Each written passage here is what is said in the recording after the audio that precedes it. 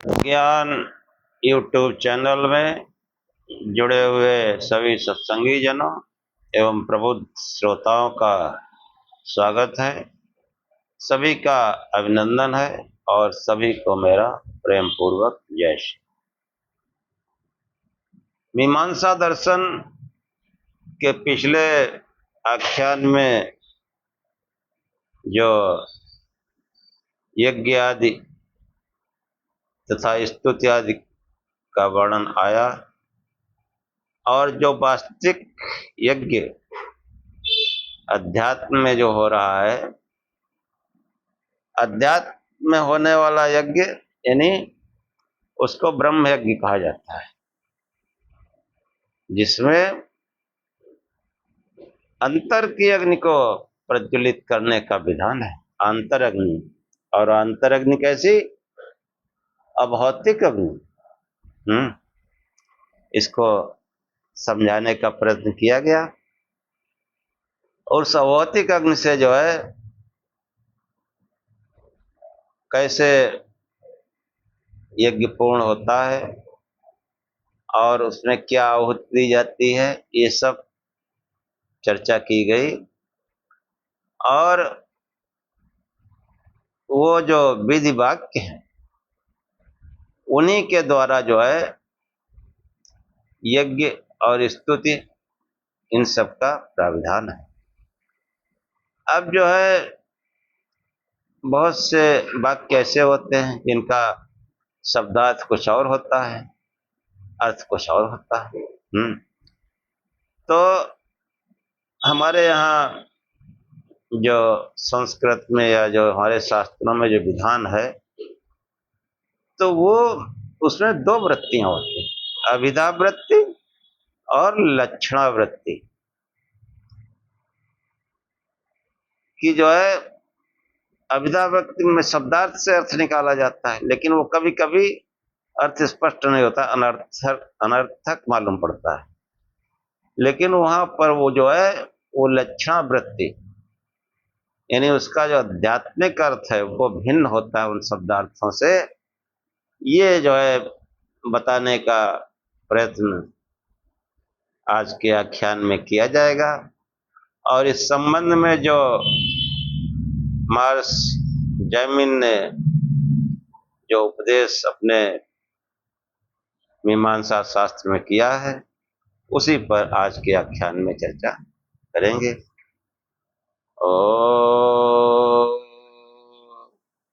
असतो मा सद्गमय तमसो मा ज्योतिर्गमय मृत्योर्मामृतम गमय। हे परम गुरु परमात्मा, हमें असत्य से सत्य की ओर ले चलो, अंधकार से प्रकाश की ओर ले चलो तथा मृत्यु से अमरता की ओर ले चलो। शिष्य जिज्ञासा करता है कि जिन वाक्यों में अभिधा वृत्ति से विधि संभव है, वहां लक्षणा वृत्ति के आधार पर स्तुति कहना अन्याय होगा। आचार्य ने समाधान करते हुए कहा कि विधिश्चानर्थकः क्वचित् तस्मात् स्तुति प्रतीयेत तत्सामान्यादि इतरेस्तथात्वम्। विधि है और अनर्थक कहीं जो है अनर्थक कहीं है, इसलिए वहां स्तुति जानी चाहिए। विधिश्चानर्थक कि जो है जो विधि वाक्य हैं उनके अर्थ से जो है कहीं जो है वो अनर्थक हो। विधिश्चा अनर्थक क्वचित, कहीं उसका अर्थ जो है स्पष्ट न हो रहा हो तो उसमें जो है स्तुति प्रतीयते, स्तुति जो है स्तुति जानी जाए। स्तुति मतलब उस आध्यात्मिक अर्थ उसका किया जाए। तो ये जो है इस प्रकार से जो है कि मतलब जो है जो अर्थ होते हैं विधि वाक्यों के। कहीं कहीं ऐसे वचन हैं कि विधिबोधित अर्थ संभव नहीं है। ऐसे स्थलों में विधि अनर्थक न हो, इस कारण स्तुति की कल्पना कर लेनी चाहिए। स्तुति की जो है कल्पना कर लेनी चाहिए। उसी समानता से अन्य वाक्यों में भी स्तुति की कल्पना करना अन्याय नहीं है। कि जहां पर विधि बोधित अर्थ संभव नहीं है, जो शब्दार्थ है वो अर्थ तो बताता है शब्दार्थ, लेकिन पूरे पदार्थ का जो अर्थ निकालो तो वो अनर्थक लगता है। ऐसी दशा में उस विधि वाक्य का स्तुतिपरक अर्थ करना चाहिए। हाँ, स्तुतिपरक तमाम जो है साहित्य, जो नीचे का भी साहित्य है उसमें भी इस तरह के उल्लेख हुए हैं। हाँ, कि विधिश्चानार्थ का विधि के द्वारा अगर अर्थ स्पष्ट न हो, कि विधिश्चा अनर्थ का क्वचित तस्मात्, हाँ, अगर जो है विधि है अनर्थक कहीं पर तो तस्मात् यानी इसलिए वहां पर स्तुति प्रतीयते, वहां पर स्तुति मानी जाए। तत्सामान्याद इतरेश तथात्म, इसी प्रकार अन्य विधि वाक्यों में भी इसकी कल्पना करना अन्याय नहीं है। हाँ, कि जो है बहुत से ऐसे पद होते हैं जहां पर आप जो है शब्दों के अर्थ जानते हैं, फिर भी उसका अर्थ जो निकलता है वो अनर्थक लगता है। इसलिए वहां पर स्तुतिपरक अर्थ का विधान है। तमाम जो है विधि वाक्य भी है, और वहां पर मतलब महापुरुषों के, योगियों के भी जो काव्य हैं उनमें भी ऐसा दिखता है। कबीर आदि जो है उनके बहुत से उलटवासी हैं, लेकिन उलटवासी का जो है वो अर्थ है, वो स्तुतिपरक अर्थ है उनका, आध्यात्मिक अर्थ है। ऐसे ही जहां जहां इस तरह के वाक्य जो हैं वो उनका विधि बोधित अर्थ जहां संभव नहीं है, ऐसे स्थलों में विधि अनर्थक न हो, इस कारण स्तुति की कल्पना कर लेनी चाहिए। उसी समानता से अन्य वाक्यों की भी स्तुति की कल्पना करना अन्याय नहीं है। जैसे अप्सुर योनिर्वा अश्वा, जल योनि वाला अर्थात जल से उत्पन्न अश्व है। वाक्यों का अर्थ करने की शास्त्रीय पद्धति के अनुसार इसका अर्थ होगा जल योनि वाला अश्व करना चाहिए, अथवा जल से उत्पन्न अश्व की भावना करें। यह विधि अर्थ जो है असंभव है। यह अर्थ अजीब लगता है, क्योंकि जल से घोड़े को उत्पन्न करना अशक्य है। अतः यहाँ स्तुति की कल्पना कर ली जाती है। स्तुति की, हाँ, कि शांत करने वाले शीतल जलों से अश्व का संबंध यजमान के कष्ट को शांत करने वाला हो। इसी प्रकार अन्यत्र भी जहाँ विधि अर्थ संभव असंभव हो, वहाँ स्तुति संभव हो, वहाँ स्तुति की कल्पना कर लेने में कुछ भी अन्याय नहीं है। हाँ, जैसे वाक्य है वायुर्वय क्षेपिष्टा देवता, ये वायु के क्षिप्रगामिता की प्रवृत्ति को बोधित करता है। वायु भाई तेज बहती है। पूर्व निर्दिष्ट पद्धति के अनुसार इसका अर्थ होगा वायु को क्षिप्रगामी करना चाहिए अथवा क्षिप्रगामी करें, या इसका विधि अर्थ असंभव है, क्योंकि वायु की क्षिप्रगामिता सर्वथा स्वाभाविक सिद्ध है। उसमें करना क्या है, वह पुरुष के प्रयत्न से साध्य नहीं है। इसलिए पूर्व याग के अंगभूत वायु देवता की स्तुति के रूप में इस बात का उपयोग निर्धारित किया गया है। ऐसे ही यजमान, प्रस्तरः इत्यादि वाक्यों को विधिपरक माना जाना उपयुक्त नहीं है। यजमान को प्रस्तर कार्य में नियुक्त करे, यजमान प्रस्तर कार्य नियोजित, ऐसा विधिरूप अर्थ समझना नितांत अनुपयुक्त है। फलता इससे स्तुत वाक्य की भी मानना संगत होगा। स्तुत वाक्य मानो। ये प्रसंग 10 दर्श पौर्णमास निरूपण प्रकरण में है।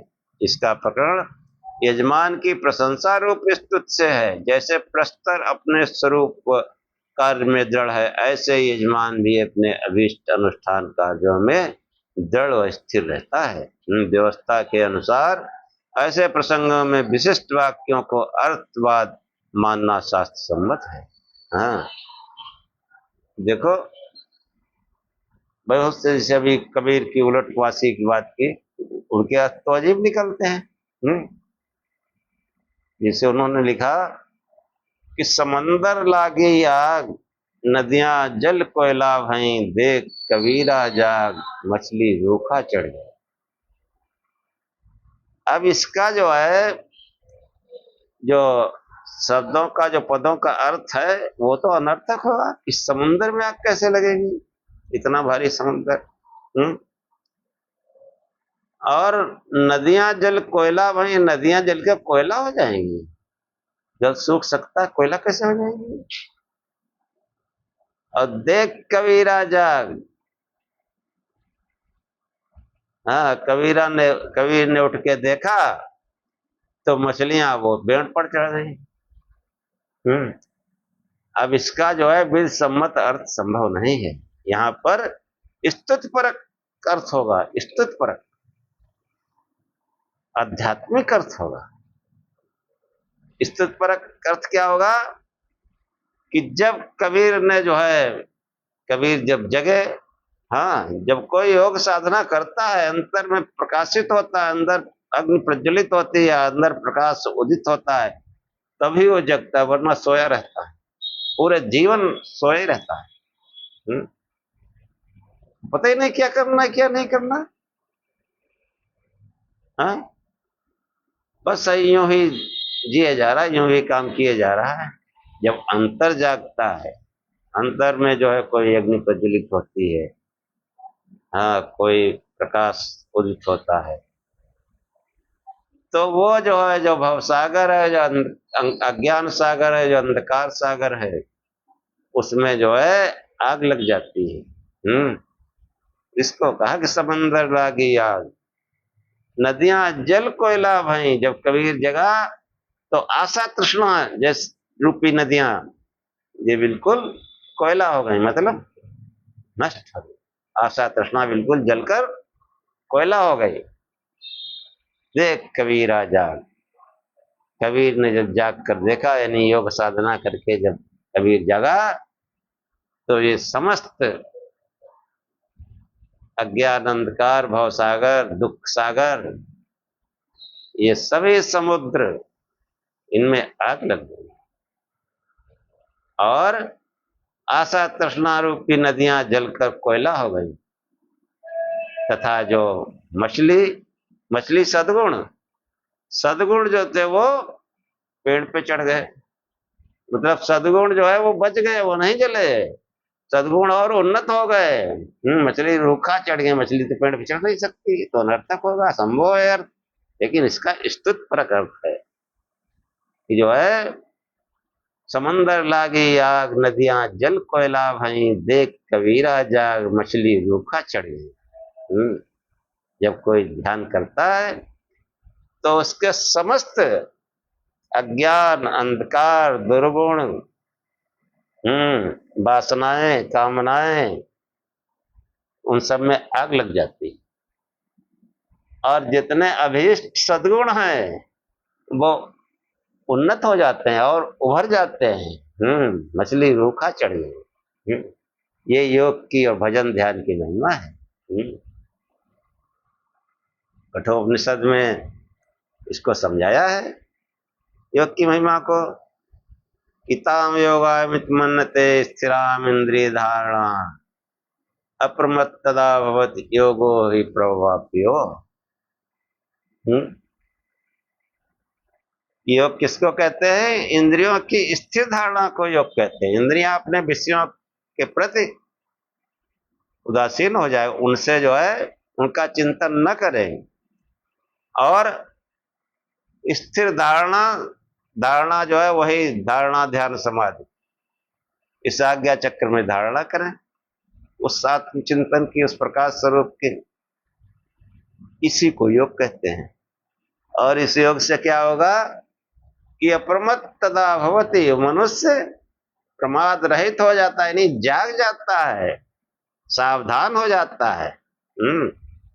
वरना जो है जागे हुए भी धोखा खाते रहते हैं, तमाम जो है सताए जाते हैं तरह तरह से। क्या करना है, क्या कर रहे हैं। तो जब कोई योग करता है, ध्यान करता है, तो वो सावधान हो जाता है, जाग जाता है।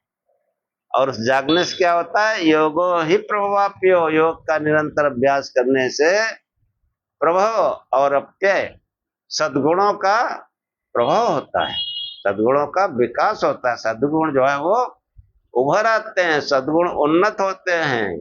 मछली रूखा चढ़ गई। और प्रभावाप्यो, जो अप्यय, जो विकार हैं, जो दुख हैं, जो दुर्गुण हैं, उन सबका नाश हो जाता है। तो यहां पर जो है विद वाक्यम, जहां विध अर्थ जो है, विध पूर्वक जो अर्थ, हाँ, पदार्थ को लेकर के अर्थ जो किया जाता है, वो अगर वो अनर्थक निकल रहा हो, उसका कोई सेंस ना हो, कोई भाव ना हो, तो उसका स्तुतिपरक अर्थ करना चाहिए। इस बात को मीमांसा शास्त्र में महर्षि जैमिनि ने बताया। और अन्य प्रसंग में भी एवं भूत वाक्यों की स्तुति माना जाना संगत है, विधि माना जाना नहीं। हाँ, सूत्रकार ने कहा, महर्षि जैमिनि कहते हैं कि प्रकरणे संभवन अपकर्षो न कल्पेत विद्यानर्थक्यम हितम प्रति, कि प्रकरण में, अपने प्रसंग में ही संभव होते हुए दूर खींचना, अपने प्रकरण को छोड़ अन्य प्रकरण के साथ संबंध जोड़ना नहीं है, कल्पना करनी पड़े। विधि का अनर्थक्य होगा, क्योंकि उस प्रकरण के प्रति जिसमें वह वाक्य पढ़ा है, जिस प्रकरण में जो वाक्य पढ़ा है, स्तुत मानने पर यदि वह असंगत है तो स्तुत मानना प्रासंगिक है। हाँ, कि स्तुत मानने, जिस प्रकरण में जो वाक्य पढ़ा है, स्तुत मानने पर यदि वह संगत है तो स्तुत मानना प्रासंगिक है। यदि उसे विधि माना जाता है तो उस प्रकरण में विधि का संबंध संभव न होने पर अन्य तत्संबंधी प्रकरण में उस वाक्य को खींचकर ले जाया जाता है। तो यह अप्रासंगिक होगा कि जो है यदि उसे विधि माना जाता है वो स्तुतिपरक, तो उस प्रकरण में विधि का संबंध संभव न होने पर भी विधि संबंध से वो अर्थ नहीं निकलता है, और तत्संबंधी प्रकरण को, उस वाक्य को खींच कर ले जाया जाता, बार बार उसके वही से अर्थ निकालोगे तो ये अप्रासंगिक होगा, क्योंकि पठित प्रकरण में विधि अनर्थक है, उसका कोई प्रयोजन नहीं है। कि दर्श पौर्णमास प्रसंग में पाठ है कि यो विदग्ध स नैरितः, यो श्रुता सरोद्रा, या श्रुता सदेवा, तस्माद् विधर्ता श्रुतम कृत्यम च देवत्वाय। ये जो तैत्रीय संहिता है उसमें ये मंत्र आया कि अनुष्ठान में उपयोग होने वाले पुरोडास के विषय में कथन है कि पकाते समय, पुरोडास मतलब जो अन्न यज्ञ के लिए पकाया जाता है, पकाते समय जो पुरोडास जल जाए तो वह नैऋत्य के लिए है, जो कच्चा रह जाए वह रुद्र के लिए, जो पका है वह कच्चा न रहा न जला वो देवता के योग्य है। जिसे विधि माना जाए तो जिस यज्ञ कर्म में नैऋत्य देवता के लिए पुरोडास का कथन है, वहां इस विदग्धता के अंश को ले जाना होगा, क्योंकि दर्श पौर्णमास कर्म में नैऋत्य देवता के पुरोडास के अनुप्रयोग से विदग्ध वचन निरर्थक होगा। इसी प्रकार पुरोडास के अश्रुता वचन का संबंध उस कर्म अथवा प्रकरण से जोड़ना होगा जहाँ रुद्र देवा तक पुरोडास का विधान हो, यहाँ वह अनर्थक है। तो ये जो है जिन मतलब जो है विद्वाक्यों के अर्थ जो है वो कोई भाव स्पष्ट न करते हो, वहां उसका अर्थ स्तुतिपरक होता है, और जहां उसका अर्थ स्पष्ट हो जाता है तो वहां पर स्तुतिपरक कोई आवश्यकता भी नहीं। कि जो है पाक ही देवों के लिए उपयुक्त है, शरीरस्थ इंद्रिय प्राण आदि देवों के लिए भी उचित रीत पर पकाया गया पुरोडास हितकारी होता है। कि जो शरीर में जो है इंद्रिय आदि जो देवता है, इनके लिए भी बढ़िया अन्न ठीक से पका करके जो है इनको दिया जाता है, तो वही हितकारी होता है। इसी तथ्य का स्तवन उक्त वचनों में किया गया है। प्रस्तुत प्रसंग में विद वचन मानने पर सूत्रकार दोष बताता है। आचार्य जमीन कहते हैं कि जो है इस प्रकार के वचनों में जहां स्तुतिपरक अर्थ है, उसको विद वचन मानने पर उसमें दोष आ जाता है। कि विधो च वाक्य भेद स्यात्, कि विद मानने पर और उक्त प्रसंग में जो है विद मानने पर और वाक्य भेद दोष जो है हो जाएगा। कि जल न जाए अन्न इस प्रकार पकाना चाहिए, इस विधि वाक्य का स्तुतिपरक होते हुए भी यो विदग्धा सनरिता इत्यादि प्रशंसा वचन दाह रूप गुण का विधायक भी क्यों न मान लिया जाए। यह जिज्ञासा होने पर सूत्रकार ने समाधान किया कि ऐसा मानने पर वाक्य भेद रूप दोष होगा। कोई वाक्य एक अर्थ को अव्यक्त कर चरितार्थ हो जाता है, यदि अन्य अर्थ भी उससे प्रकट किए जाने का प्रयास किया जाता है तो वाक्य भेद होगा, वाक्य भेद दोष होगा। शास्त्र में इस प्रकार अर्थाव्यक्त को दोष माना जाता है कि एक ही उसका जो है दोनों तरह का अर्थ कर दो, विधि अर्थ कर दो और उसी का जो है स्तुतिपरक भी अर्थ कर दो, ये दोष है। ऐसा नहीं, अर्थ एक ही होता है, चाहे उसका विधि पूर्वक हो, उसके अर्थों को लेकर हो, और अगर उसके अर्थों को लेकर उसका अर्थ स्पष्ट नहीं होता तो फिर उसका स्तुतिपरक अर्थ होना चाहिए होता है। लेकिन होगा एक ही, या तो स्तुतिपरक होगा या विधि अर्थ होगा। शास्त्र सम्मत, शास्त्र परक, शास्त्रीय विवेचन, एक शास्त्रीय विवेचन, दूसरा जब शास्त्रीय विवेचन नहीं ठीक लग रहा है, नहीं स्पष्ट हो रहा है, तब उसका स्तुतिपरक अर्थ होता है। ये जो है बात समझाने का प्रयत्न महर्षि जैमिनि ने किया है कि जो है अर्थवाद विचार के क्रम में प्रथम निर्दिष्ट दो प्रकार के अर्थवादों का विवेचन किया गया। तीसरे प्रकार के अर्थवादों का विचार चालू अधिकरण में प्रस्तुत करने की भावना से सूत्रकार ने पूर्व पक्ष में कि दो प्रकार के जो अर्थ जो बताए गए, कि जैसे औदुम्बरो युग भवति, कोई यदि माना जाता है जिसके स्तुतिपरक ऊर्जो अवरुद्ध में वाक्य भेद होगा। इन दो वाक्य के रूप में प्रस्तुत कर अर्थ प्रकट करना होगा कि औदुम्बर युग प्रशस्त है। तो पहले बता चुके, युग मतलब यज्ञ। यज्ञ में युग होता है, जो मंत्र सुनाया था सुपर्णो बहनिधि में ऐशाम भूरि सस्तम पृथु सर्व ऐशाम इंद्रो निवास था। तो वो जब इसका शाब्दिक अर्थ जो है स्पष्ट नहीं होता, फिर स्तुतिपरक इसका अर्थ किया जाता है, वो स्पष्ट हो जाता है। ऐसे ही हेतुमन निगदाधिकरण कि अर्थवाद के क्रम में प्रथम निर्दिष्ट दो प्रकार के अर्थवादों का गत अभिकरणों में विवेचन किया गया। तीसरे का जो है अर्थवादी का विचार चालू अधिकरण में प्रस्तुत करने की भावना से सूत्रकार ने पूर्व पक्ष को कहा कि हेतुर्वा स्यात् अर्थवत्तोपत्तिभ्याम, हेतु बताना ही तात्पर्य है प्रसंगागत वाक्यों का अर्थवत्ता अर्थ प्रयोजन वाला होने से उपपत्ति से। कि चातुर्मास यज्ञों के प्रसंग में वाक्य है शूर्पेण जुहोत तेन ही अन्नम क्रियते। शूर्प सूप से होम करता है क्योंकि उसमें अन्न सिद्ध किया जाता है। यहाँ संशय है इस बात को हेतु विध माना जाए अथवा स्तुतिपरक माना जाए।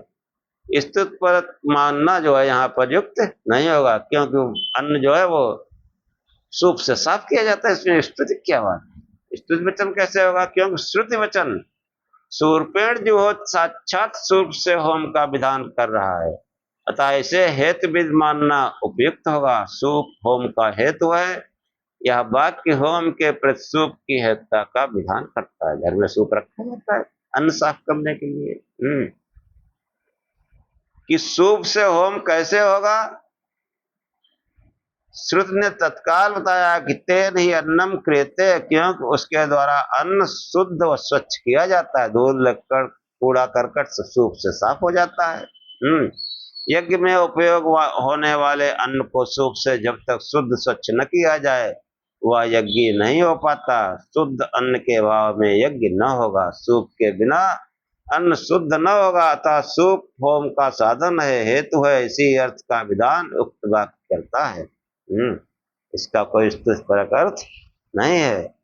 इस हेतुवाद से एक व्याप्ति का रूप सामने आता है जिससे अन्न सिद्ध किया जाता है वह सब होम का साधन है, हेतु है। इससे चमचा बटलोई आदि पात्रों का भी ग्रहण हो जाता है जिनके द्वारा यज्ञ पुरोडास आदि पकाया या सिद्ध किया जाता है। तेन ही अन्नम क्रियते, इस वाक्य में तेन यह तृतीया विभक्ति की सार्थकता संप्रयोजनता इसी में निहित है। अन्न सिद्ध कारक देवी दर्वी आदि अन्य होम साधनों का उपलक्षण है। यह उपपत्ति भी है। यथा प्रसंग पठित कोई पद अपने समान धर्मा का उपलक्षण संग्राहक होता है वह युक्त सिद्ध माना जाता है। इसी कारण शूर्पेण जुहोत इत्यादि वाक्यों को अर्थवाद न मानकर हेतुविद मानना अधिक संगत होगा। उक्त वाक्यों में हेतुविद न होकर ये अर्थवाद ही है, इस सिद्धांत पक्ष प्रस्तुत करने की भावना से सूत्रकार महर्ष जमीन कहते हैं कि स्तुतिस्तु शब्द पूर्वत्वात् चोदनात् तस्य। स्तुति है यह यज्ञ अन्न साधन शूर्प की, यह पद सूत्र के पूर्व पक्ष के निराकरण के लिए पठित है। तात्पर्य कि तेन ही अन्नम क्रियते, यह हेतु विध न होकर शूर्प की स्तुति है। शब्द पूर्वक होने से, चोदना विध न होने से और दर्वी यज्ञ अन्न साधन तथा पात्र समूह की। तेन ही अन्नम क्रियते, ये वेद वाक्य तो है नहीं। ये पता नहीं कहाँ जोड़ लिया गया। जो दर्वी आदि का विधायक माना जाए, क्योंकि तेन वह सर्वनाम अपने प्रकरण में पूर्व पठित शूर्प का परामर्शक है, अन्य दर्वी आदि का विधायक नहीं है। होम साधन की आकांक्षा होने पर शूर्पेण जुहोति, जब कोई यज्ञ की इच्छा की जाती है तब जो है वो सूप से अन्न साफ किया जाता है। फलता तेन ही अन्नम इत्यादि वाक्य शूर्पेण जुहोति विधि का स्तुतिपरक है। एक ने कहा कि अन्न से होम होता है, दूसरे ने कहा अजी अन्न से क्या, होम शूर्प से होता है। शूर्प यज्ञ अन्न को स्वच्छ शुद्ध न करे तो होम कैसे होगा। इस प्रकार जो है तेन ही अन्नम या शूर्प की प्रशंसा है। ऐसी मानने पर न तो तेन इस करणार्थ तृतीयांत सर्वनाम से व्याप्ति की कल्पना करने की अपेक्षा रहती है और न शूर्प पद से दर्वी आदि का उपलक्षण मानने की आवश्यकता रहती है। ये सूप और दर्वी जो मतलब अन्न है उसके थोड़े वो प्रशंसा होती है। इसके अतिरिक्त यह भी ध्यान देने योग्य है कि शूर्पेण जुहोत ये साक्षात शब्द द्वारा निर्देश होने से विध प्रत्यक्ष है। तेन ही अन्नम कृते, इस आश्रय से व्याप्त की कल्पना कर। दरवी, दरवी मतलब करछी चमचा, पिठर बटलोई आदि का को होम साधन बताना अनुमानिक है, अनुमान की अपेक्षा प्रत्यक्ष बलवान माना गया है। अतः तेन ही अन्नम को हेतु विद न मानकर स्तुत वचन मानना संगत है। यज्ञ अन्न की पूर्ण सिद्धि के लिए दरवी पिठर आदि का उपयोग सर्प की अपेक्षा अधिक महत्वपूर्ण है। हाँ, तेन ही अन्नम से बोधित उनकी हेतुता व्यर्थ है, अर्थात उनका ये प्रयोजन नहीं है कि उसको स्तुति परक वाक्य कहना भी अनुचित होना चाहिए। शिष्य की आशंका को आचार्य जो है बताते हैं, ये जो आशंका की गई कि ये जो है आचार्य कहते हैं कि व्यर्थे स्तुति अन्यायेति चेत, व्यर्थ होने पर तेन ही अन्नम का हेतु विद प्रयोजन न मानने पर स्तुति है यह कहना अनुचित है। ऐसा यदि कहो तो यह गलत है। यज्ञ अन्न के उत्कृष्ट साधन पाक आदि द्वारा दरवी पिठर आदि सूर्प में तो इस धर्म का नितांत अभाव है, तब उक्त वचन में को सूर्प का स्तुत परक मानना जो है वो अनुचित माना जाएगा। सूर्प का अर्थ स्तुत परक नहीं कर सकते, सूर्प अन्न को साफ करता है। हाँ, आचार्य ने उक्त शंका का समाधान करते हुए कहा कि अर्थस्तु विद शेषस्त्वाद्यासालोके, अर्थ प्रयोजन है तो विद विशेष, विद का शेष होने से अंग है, उसका स्थावक है, यही उसका तेन ही अन्नम इत्यादि का प्रयोजन है। जैसे लोक में कि सूर्पेण जो है मतलब सूर्प की स्तुति करता है, अपने अर्थ का परित्याग कर सूर्प द्वारा की गई अन्न स्वच्छता का निर्देश करता हुआ सूर्प की प्रशंसा करता है। सूर्प द्वारा अन्न स्वच्छ न होगा तो आगे पाक के लिए पिठर आना संभव न था। लोक में ऐसा व्यवहार देखा जाता है। सिंहो माड़वका, ये बालक सिंह है, कहने पर सिंह पद अपने वास्तविक प्राण विशेष अर्थ का परित्याग कर बालक में सूरता, साहस आदि गुण दिखाते हुए उसकी प्रशंसा करता है। शेर थोड़ा हो जाता बालक है तो मनुष्य। हाँ, ऐसी स्थिति उक्त वाक्यों की समझनी चाहिए, अर्थात तेन ही अन्नम इत्यादि वाक्य निष्प्रयोजन नहीं। तो ये जो है सुजनतोष न्याय का आश्रय लेते हुए आचार्य का कहना है कि यहाँ हेतु विद मान लिया जाए तो विद वाक्यों में अव्यवस्था की संभावना बढ़ जाती है। हाँ, बढ़ जाएगी कि सबको वही मान लिया जाए तो फिर अव्यवस्था बन जाएगी। तो सूत्रकार महाराज जमीन कहते हैं कि यदि च हेतुर्वतिष्ठेत निर्देशात सामान्यादित चेद व्यवस्था विधि नाम स्यात्, कि यदि,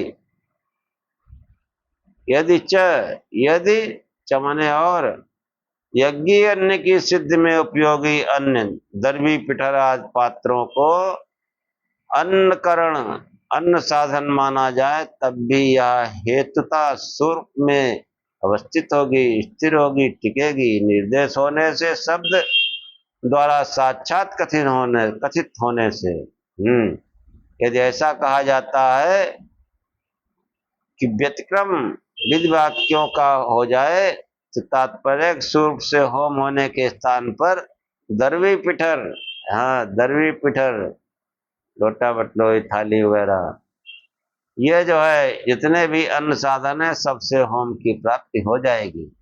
कैसे हो जाएगी? वाक्य का सहारा लेकर जो भी अन्न का साधन पदार्थ है सबसे होम का विधान माना जाता है। तो यह क्रम दरवी पिठर पर ही समाप्त नहीं हो जाता।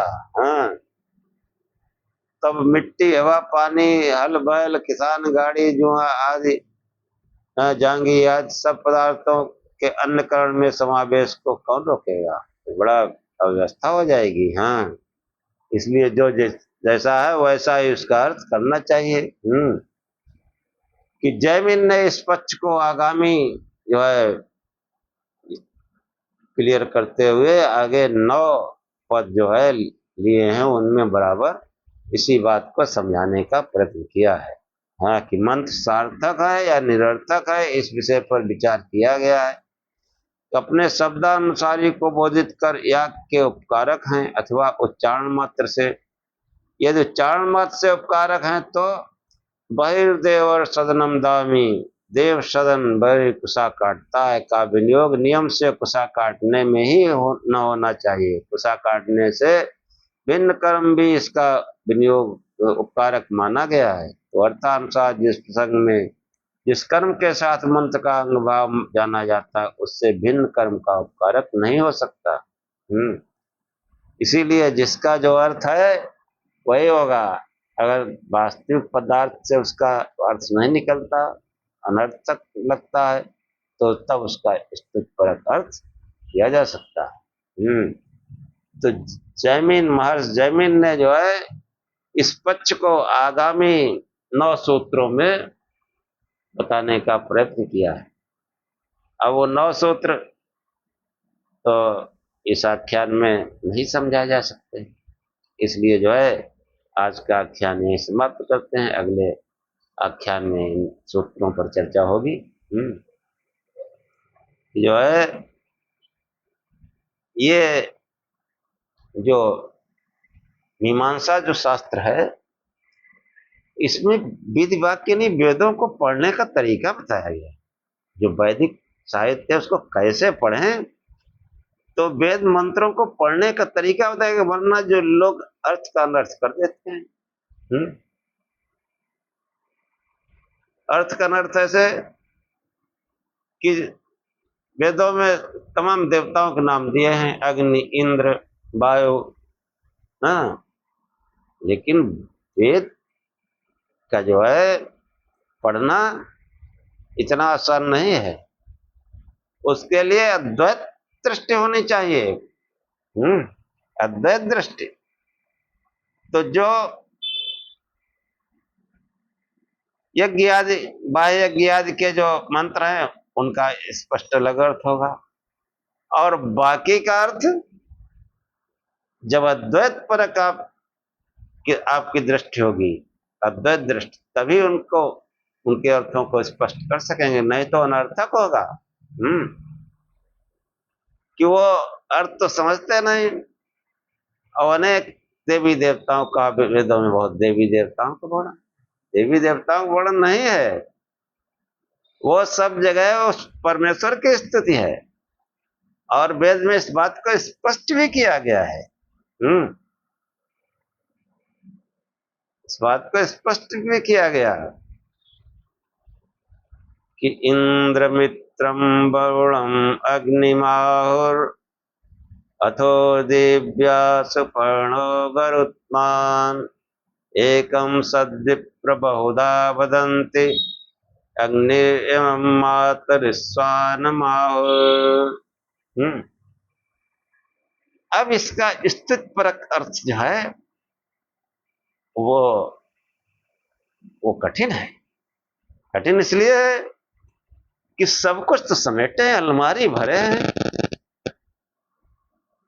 तो अद्वैत परक दृष्टि कैसे होगी? कैसे वेदों को समझ सकते हैं? समझ ही नहीं सकते, न योग कर सकते हैं। बैठे रहो, कुछ नहीं होने जाना वाला। योग जो है आध्यात्मिक दृष्टि तब हो गई जब मन एकाग्र हो। अब मन में तो अनेकों इष्ट हैं, कैसे एकाग्र होगा मन?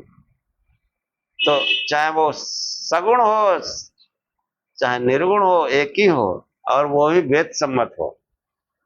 जो हमारी अलमारी भरी है, देखो उनमें वेदों का कोई वर्णन है इसका? वेद में केवल और केवल भगवान शिव का साकार निराकार सभी स्वरूप का वर्णन, अन्य किसी का नहीं। इसको जो है गंभीर मनन चिंतन से, इसीलिए मैं कहता हूं, मैं कोई इसके वेदों की वैदिक साहित्य की शास्त्रीय व्याख्या थोड़े करता हूं, मैं तो वैदिक आधार पर सत्संग करता हूं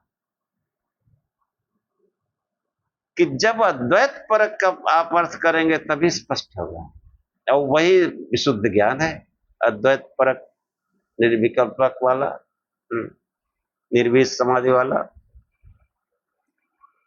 असंप्रज्ञात, जो भी तमाम निर्विचारा तमाम नाम दिए गए हैं।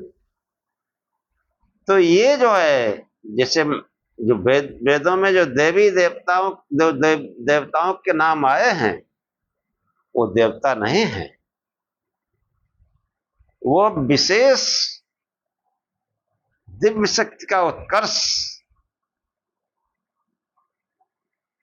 जब हमारे ऋषियों ने देखा तो उस परमात्मा को उस नाम से जो है अभिहित किया। अभिहित किया उस नाम से। इंद्र मतलब परमेश्वर या आत्मा।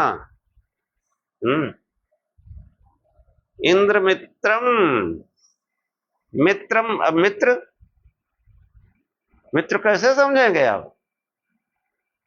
कि मित्र का अर्थ है कि मृत्यु से त्राता होने के कारण वो परमात्मा मित्र है। सन्नो मित्र संवरुणा सन्नो भवत्तर्यमा, ये सब उस ब्रह्म के नाम है। जब उसका ब्रह्म परक अर्थ करेंगे तभी बात स्पष्ट होगी। अब वरना अर्थ पढ़ लेंगे तो वो अनर्थक रहेगा। कि इंद्र हमारा कल्याण करे, मित्र कल्याण करे, वरुण कल्याण करे। अरे इंद्र मित्र वरुण है क्या? इसका स्तुति परक अर्थ करें और तमाम ईश्वर हो नहीं सकते। लोग कहते हैं ईश्वर एक रूप अनेक, रूप एक अनेक नहीं, रूप भी एक ही है और ईश्वर भी एक ही है। जब तक ये बात समझ में नहीं आएगी वेदों को नहीं पढ़ सकते, समझ ही नहीं सकते। कुछ भी करें आप, ये बात पहले समझनी होगी। इंद्र मित्रम वरुणम अग्निमाहुर अथो दिव्या सुपर्णो गरुत्मान, वह परमात्मा समस्त देवों का स्वामी होने से इंद्र है। देव मतलब ऋषिगण महात्मा योगी जन, और शरीर में जो इंद्रियां हैं वो उनका स्वामी वो आत्मा है। हाँ, चाहे वो इंद्र इंद्रियों से लो और चाहे वो देवताओं के दिव्य शक्तियों का स्वामी होने से परमेश्वर है, वो परम ऐश्वर्यवान है। ऐसे कहो इंद्र यानी वो परमेश्वर। मित्रम, मित्र मतलब मृत्यु से त्राता होने के कारण। संसार में भी मित्र होता है, वो आपको हमेशा सावधान करता रहता है, कोई खतरा कोई वो उससे बचाने की कोशिश करता है। लेकिन वास्तविक मित्र वो मृत्यु से त्राता होने, मृत्यु से छुटकारा वही दिला सकता है, परमेश्वर ही। मृत्यु से त्राता होने के कारण वो मित्र है। वरुणम वो इस संसार का सम्राट, सच्चा सम्राट है। वेदों में वरुण नाम से परमेश्वर की स्तुति की गई। युतोयम भूमि वरुणस्य राज्ञा उतासोद प्रहति दूरयंता उतो समुद्रस्य वरुणस्य कुच्छी उतस्मिन् अल्प उदके निगीना। इसका आप विध परक अर्थ कर ही नहीं सकते अगर आध्यात्मिक अर्थ नहीं जानते हैं, स्तुति परक नहीं जानते।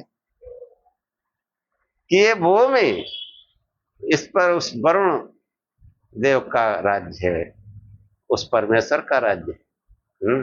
सच्चा सम्राट होने से उसको वरुण कहा गया। हाँ, उतासो बृहति दूरयंता, दूर बृहत ब्रह्मांड, इस सब पर भी उसी वरुण का शासन है। उतयम भूमि वरुणस्य राज्ञा। उतासो दो बृहति दूरयंता, दूर और नजदीक जो भी है सब उसको परमात्मा का ही शासन है। उतो समुद्र वरुण से कुच्छी, उस वरुण देव के ये महान सागर जो दिख रहा है, और जो वास्तव में जो समुद्र है, यानी उतो यानी दो समुद्र, जो ये अदृश्य वास्तव में, और जो पाताल जो समुद्र है, ये इन दोनों का जल उस वरुण देव की कोख में जैसे मामूली सा जल हो, ऐसा है वो वरुण देव। वो परमात्मा के लिए उतस्मिन अल्प उदके निगीना, और वो वरुण देव एक बहुत जल की छोटी बूंद में भी विद्यमान, सर्वव्यापक है। और अगर ब्रह्म का देव परक अर्थ करेंगे तो सर्वव्यापकता नहीं होगी। तो ये पहले अद्वैत दृष्टि हो, सत्संग करके उस एक ब्रह्म, एकम ब्रह्म द्वितीयो नास्ति, जो वेदों में नाम आए वो ईश्वरवाचक है, गुणवाचक है, एक गुणवाचक। इंद्रमित्तम वर्णम अग्नि, अग्नि वो प्रकाश स्वरूप है। हाँ, अग्नि नाम से बहुत स्तुति की गई। अग्नि नय सुपधारा यस्मान विश्वान देव भगवान विज्ञान योद्यस्मज्जुगराड़ में नो भूष्ठाम तेन माक्तिम विधेन। बार बार वो अंदर के अग्निदेव की स्तुति की गई है कि वो अग्निदेव प्रज्वलित हो, प्रकाश स्वरूप परमेश्वर प्रकट हो और वो हमको सुपथ पे ले जाए। अग्नि नय सुपधारा यस्मान, किस सुपथ पे ले जाए? समस्त देव ऋषि मुनि योगी जन जिस मार्ग पर गए हैं, योद्यस्मज्जुगराड़ में नो, हमारे अंदर जो बुराइयां हैं, जो विकार हैं, उनसे हमारा युद्ध कराओ है अग्निदेव। हम आपकी बहुत सी स्तुति करते हैं, बार बार स्तुति करते हैं। अग्निदेव का उस प्रकाश स्वरूप का ध्यान करना ही ये इस मंत्र का अर्थ है, स्तुति परक। तो अग्निमिंद्रम वरुणम अग्निमाहुर ऐसा कहते हैं। हाँ, ऐसा विप्र ज्ञानी लोग ऐसा कहते हैं। अथो दिव्या सपर्णो गरत्मान, वो दिव्य है और सुपर्ण है, बहुत उन्नत करने वाला है, बहुत ऊंची उड़ान उड़ने वाला है। सुपर्ण है। गरुत्मान वो आत्मा गुरु वाला है, वही गुरु है सबका। एकम सद, वह एक है। विप्र बहुधा वदंत, ज्ञानी लोग उसको नाना नाम से जानते हैं। गुण स्वरूप वो एक ही है और नाना नाम से फिर हमने नाना इष्ट कल्पित कर लिए, फोटो लगा ली, इतना नाना, यही बस यही दिशा भटक गया समझ। क्यों? वेदों का ज्ञान या अध्यात्म या धर्म मार्ग में आपको पहले एकम सत्य, उस एक परमात्मा को समझना होगा। और वो ब्रह्म सत्य जगत मिथ्या की धारणा, जो भी शरीरधारी जिन्होंने जन्म लिया है, जिनके माँ बाप हैं, जिनका जाति कुल गोत्र है, वो ईश्वर नहीं हो सकते। जब ये ज्ञान होगा तब आप अध्यात्म में बढ़ सकते हैं। चाहे वो कितना महापुरुष हो सकता है, और वो अवतार कुछ नहीं, न कोई देवी देवता, ये सब दिव्य शक्तियां हैं उस परमात्मा की। और मनुष्य जो है वो उस परमात्मा की उपासना से महान हो जाता है। अब उसको महानता, इतनी महानता बढ़ा दी, उसको भगवान ही बना दिए। हाँ, जिसने महानता की उस परमात्मा की उपासना से की, योग साधना से की, और हम उसकी स्तुति में लग गए। और हमको किसने रोका उस परमात्मा की उपासना करने से? और जो वेद जिसके स्वरूप का वर्णन करते हैं, उस परमात्मा की उपासना करनी चाहिए। तो ये जो स्तुति परक अर्थ, जब अर्थ सही सही होगा, अनर्थ हो जाएगा, तो फिर स्तुति परक अर्थ उसका करने से जो है बात क्लियर होती है। हाँ, इसलिए वो जो है वेद जिसके स्वरूप का वर्णन करते हैं, वो विराट पुरुष के रूप में साकार भगवान शंकर की उपासना करें, और वो कल्याण स्वरूप होने से उसका सर्वोत्तम नाम शिव है, शिव नाम से जाप करें और प्रकाश स्वरूप से ध्यान करें। हाँ, इसी के साथ आज का आख्यान समाप्त करते हैं। ओम सहनाववत् सहनौ भुनक्तु सह वीर्यं करवावहे तेजस्विनावधीतमस्तु मा विद्विषावहे। ओम शांति शांति शांति। हे परमात्मा, हम दोनों श्रोता और वक्ता की साथ साथ रक्षा करें, साथ साथ पालना करें। हम दोनों साथ साथ बल को बढ़ावें, पराक्रम करें। हमारा पढ़ा पढ़ाया एक साथ तेजस्विता को प्राप्त करें, हम आपस में द्वेष न करें। हे परमात्मा, हम दोनों को त्रिविध शांति प्राप्त हो, दैहिक दैविक भौतिक सभी प्रकार की शांति प्राप्त हो। ओम शांति शांति शांति। जय श्री।